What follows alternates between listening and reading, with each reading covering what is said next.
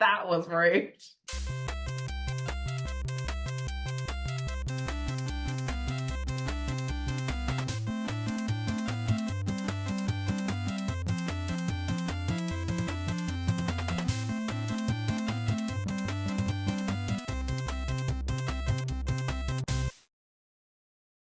Welcome to Thinking Deeply About Primary Education, the podcast that makes time and space to think about pedagogy, teaching and learning, professional development, anything of interest to time-poor but enthusiasm-rich primary teachers. This week, I'm joined by Shannen Doherty. Hello. And Neil Almond. Good to be back. And this week, we're going to field some unseen questions from listeners. I think we met Charles at Research Ed Birmingham. Or was it Research Ed Warrington? It was around that period in March. And he sent in a question before. And he said if he realized it was going to be read out on the podcast, he would have asked more questions, I think. So clearly, those who do send them in enjoy these. And hopefully everyone else finds them useful too. So the first one came on Twitter. We may have semi-fielded it, but I think it's a really interesting one. It said, I'm looking for top tips for delivering math subject knowledge CPD to teachers. I have 2 10-minute sessions per week. What do I do? Now, we don't have to answer with maths because I think subject knowledge in general, and particularly in a primary context, is quite an interesting scenario, because how do we find the time to improve our subject knowledge? Because, I mean, it was just last week, Shannen, you mentioned about how many subjects we have to teach and the thought that needs to go into it. What would your ideal situation be? I've got my 3 bullet points, but I'll let you guys go first. Doesn't have to necessarily be a maths thing. So I think a kind of a principle could be like some high leverage stuff. So thinking about your subjects, and I'm immediately gone towards a math sort of English lens on this, which, you know, may not necessarily be the right one, but certainly I think identifying, you know, really high leverage areas within those curriculum areas to consider subject knowledge is really important. Equally, you know, really understanding like what a sentence is. You see some sort of examples, you know, a sentence communicates like a single idea, but, you know, that's an example, I think, of a definition that only communicates more abstractness as to what a full idea may actually be. And so I think, you know, I always find it quite strange that subject and object doesn't come up until like year 6 in the curriculum for Key Stage 2. And, you know, it's really something that I think, you know, Key Stage 1, even early years teachers, less so object, but definitely sort of the subject of a sentence needs to be there as well. So there's sort of another example of some high leverage bits and pieces. It's hard to make a suggestion because I think it should always be from like a needs-based area. So I think you have to know what's going on in your school, and you need to know what your teachers need, what's coming up in sequences of learning, and plan it that way. I think you need to have like very open, frank conversations with staff about what they feel they need and go from there. I think the kind of the basics that Neil has covered are important. And I think we could probably all come up with ideas for maths that we think are really important and English that are really important. And if we were looking at a humanities curriculum, you might, I don't know, if you've got like a selection of substantive concepts that you have planned in as like those kind of like threads in your curriculum, then that may well be a place that you could start. But I think it needs to come from the people in the building delivering the teaching. Otherwise, it's not going to hit the mark. And we've all sat in CPD before that we felt we haven't needed. So my answer really is go with what you feel is needed based on kind of teacher voice and learning walks and what you know is coming next. Only thing to add on that one would be that is obviously there's, you know, lots of resources out there, and, you know, this good podcast has, I think, done at least 2 episodes, I think, of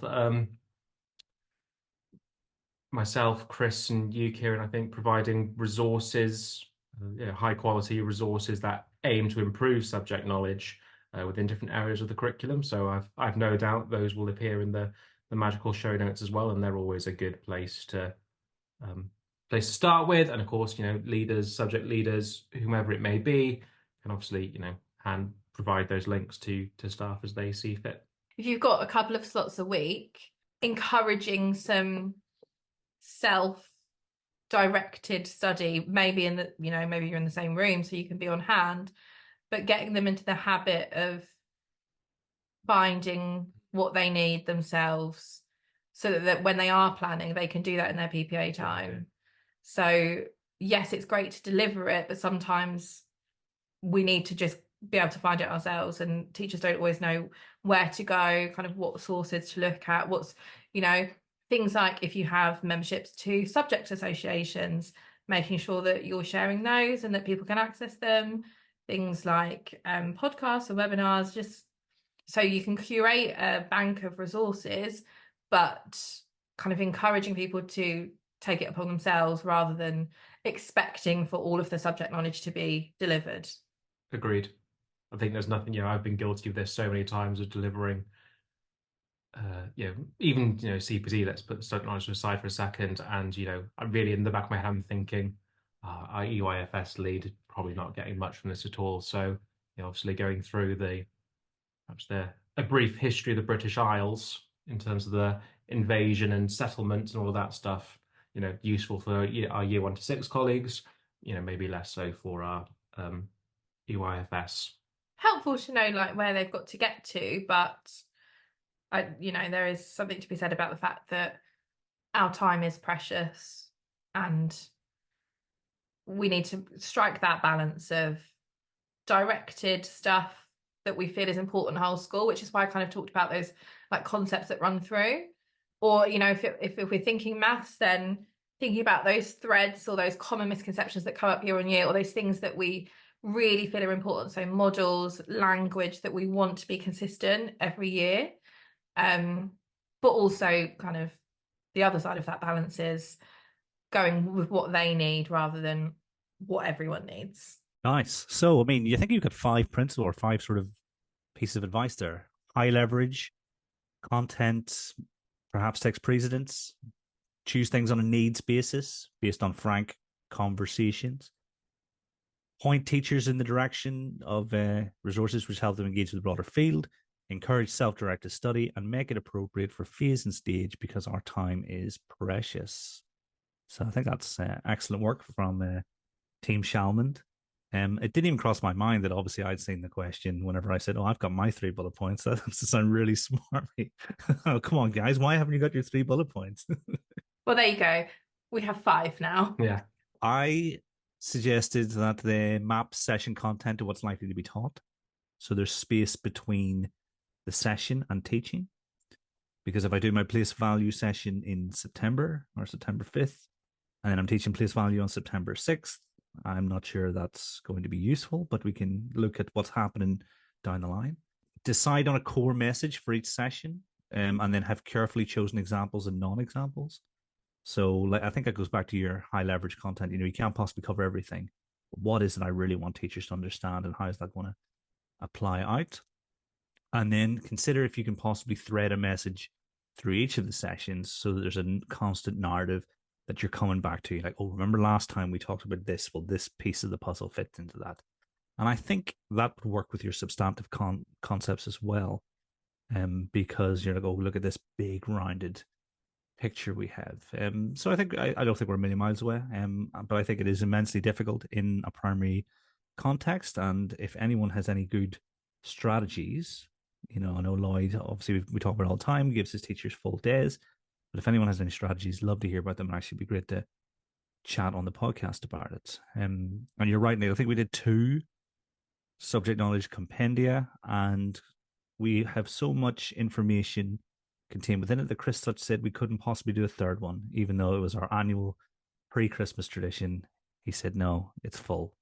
So, What a Grinch. And soon we'll be able to add, is it Paul McGann's book? No, not Paul McGann. He used to do short histories, didn't he? Who wrote? He should do. Who wrote or who is going to publish this month? I think The Fall of Civilizations. What's his name? I can't remember what his name is. I don't know, and we've packed all our books up, so can't possibly check. It looks massive, so I think look forward to that. It's meant to be out this month, isn't it? So, but I think it Yeah, might I be May believe so. time.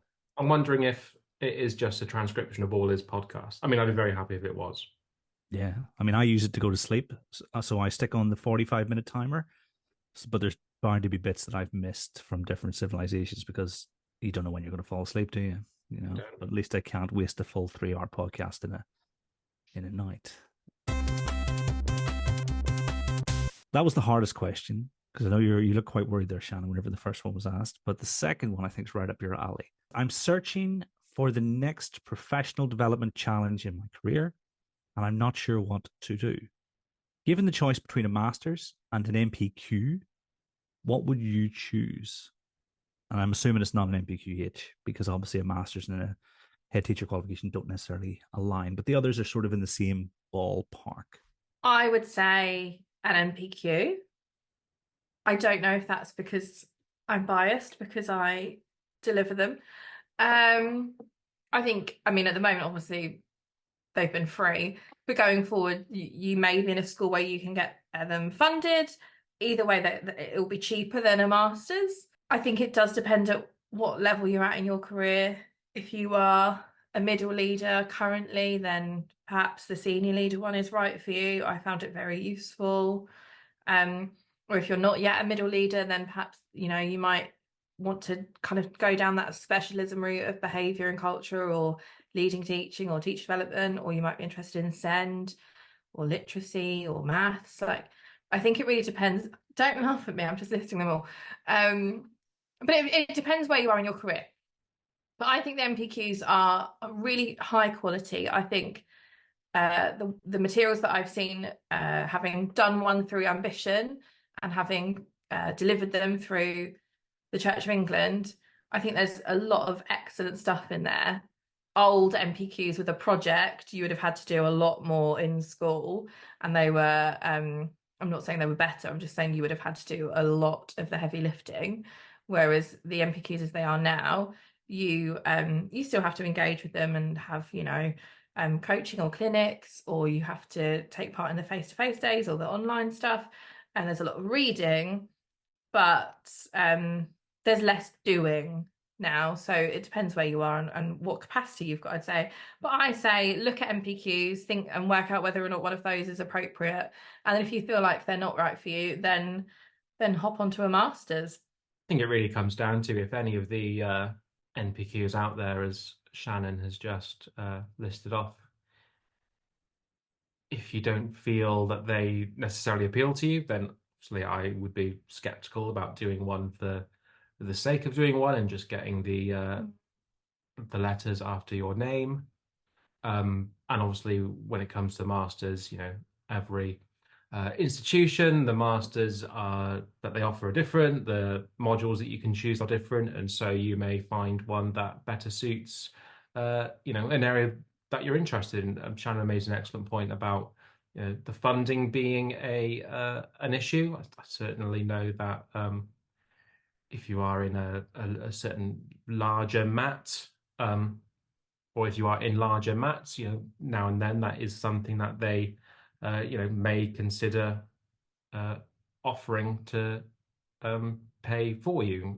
There may be a sort of an agreement that has to be made in terms of how long you may kind of stay afterwards, and et cetera, et cetera. But yeah, I think it just basically comes down to your preference and what you want out of it. And as I say, again, bias, the materials from Ambition, I think, are particularly good. But full disclosure, I deliver for them, and the reason I deliver for them is because I think they are that good. And the quality of that stuff, say, is, I think I never did an old NPQ because I saw and just heard of all the hurdles that people jumped through when it came to that project. That really it was a waste of everyone's time. It was never, what we now know about PD and actually what you get taught in these NPQs about, things being purposeful and things done with, a whole staff buy-in. And the implementation that has to go into these things goes against that old. Fewer things done better. Mm. You know, it wasn't impossible to work in maybe a 2 elementary school, and 3 or 4 things that you had to do this year were just to satisfy someone's NPQ project. And well, that's a lot of cognitive effort and habit that you have to try and get into for something that is going to get stopped as soon as they've done it, or you never really did it anyway, and that data was falsified. So falsified, over fudged, but we'll go with that. So yeah, comes down to go with what interests you, because at the end of the day, you have to do it, and you're going to be more inclined to do it if it's something that appeals to you. And if you are currently listening, which I'm sure you are because you've submitted a question, so you must be a listener, feel free to DM. And if you want to give more information about where you're at and what you've got, what you're interested or what you've had before, one of us might be able to give you better advice than this kind of blanket that we're giving now. And also you can look outside the NPQs and Masters as well. I know like Step Lab, they have like a coaching conferencey sort of thing. Maybe you can help me out with that one. So that's not as, they have like a certificate in coaching, don't they? But I know like evidence-based education, if you sign up for the Great Teacher Toolkit, there are various programs and professional development through there. I'm currently doing their assessment lead program, because assessment, I think, is a low-hanging fruit of primary schools. And I think if we understand assessment better, that's going to improve. I think it's going to have a big domino effect on workload for teachers, sensible choices of curricula, and strategic directions that schools will take when they understand more about that. And obviously, that doesn't come under the 2 umbrellas of NPQ or Masters. No, and Ambition offer quite a few interesting things as well, don't they? Kind of like for expert teachers or like curriculum leaders. So it's worth digging around. But it really depends on what takes your fancy, where you want your career to go. If you know that you want to be a SENCO, do the NPQ and SEN. If you know that you have a real interest in behaviour and pastoral stuff, you could do the NPQ LBC. So it's almost like one can have a really direct impact on your career, and the other one might just be for cognitive, engagement. Do you reckon if they raise the expectations in terms of the writing standard in the NPQs, that they would become de facto masters? Because there was always talk about it being a profession that's all master's level. And obviously lots of the research engagement, but the focus is mostly on implementation as opposed to the quality of the writing. Do you reckon there's a chance for the masters to become defunct if they were to put that expectation? So I think it's level 7 a masters is at, which is reasonable but not insurmountable for most teachers. You make an interesting point, and it's not something I feel like I could answer without giving it some proper thought. But there is no requirement for a particular level in writing for an NPQ. So I think if they did raise that bar, then that may, I don't know, it may fall in line with masters, but it also might turn people off, rightly or wrongly. So I think what's great at the moment is so many people have done their NPQs. Obviously, the important thing is what they do with it. Whereas fewer people do a master's.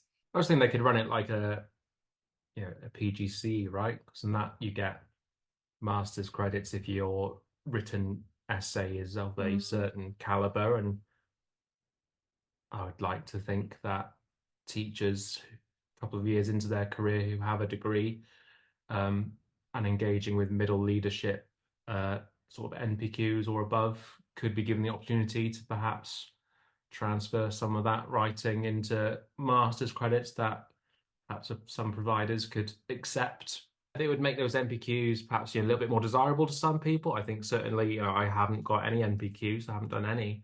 I think if I had I think the offer of perhaps some master credits at a certain, if your writing is of a certain standard, would probably actually appeal to me a little bit more. I mean, I don't necessarily have an opinion on the curveball I threw, but it did come to mind just in case. Yeah. I mean, I certainly didn't think we'd spend that long on that question, but hopefully it's helpful for the listener who posted, and also for anyone who may be at the point where they are making a decision, because as you rightly say, only a few of them will be funded next year, and if you're not in one of the sort of schools in the highest areas of, or the areas of highest socioeconomic deprivation, to my knowledge. So we shall see. So I think this next question is something certainly that I encountered a lot in the classroom. It says a significant number of pupils in my year 3 class struggle to work independently for extended periods. Is there anything I can do to help them? I feel your pain As a year 3 teacher as a year 3 teacher with a class who struggle to work independently. with a class some of whom struggle to work independently.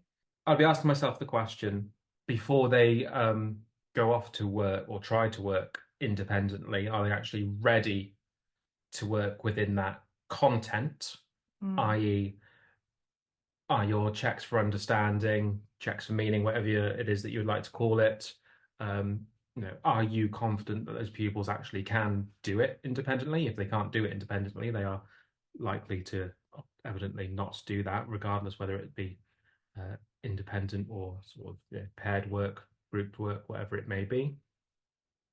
I'd be asking myself, am I perhaps asking too much of certain children in terms of the extent and how long I'm expecting them to work for independently for? Might it be better to sort of create some shorter, sharper, independent activities, and I can sort of gradually think about how I build up that stamina of independent working? There's also other elements of things like, okay, so what are our routines and that we have in our classroom?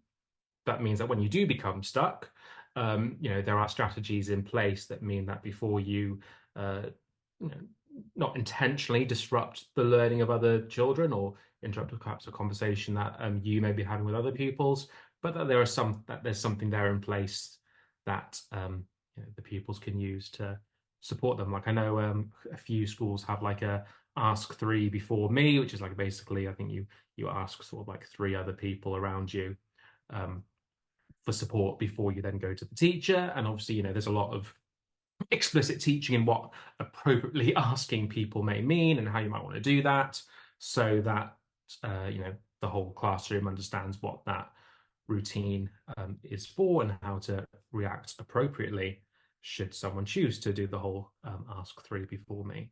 Felt like you were about to say something. Don't some people use ask 3 before me as brain book buddy as well sometimes? So like you ask your own brain, you check in your book, you flick back, or you check in a reference book, and then you ask a buddy. And then once you've done those, then you go to a teacher. Like that.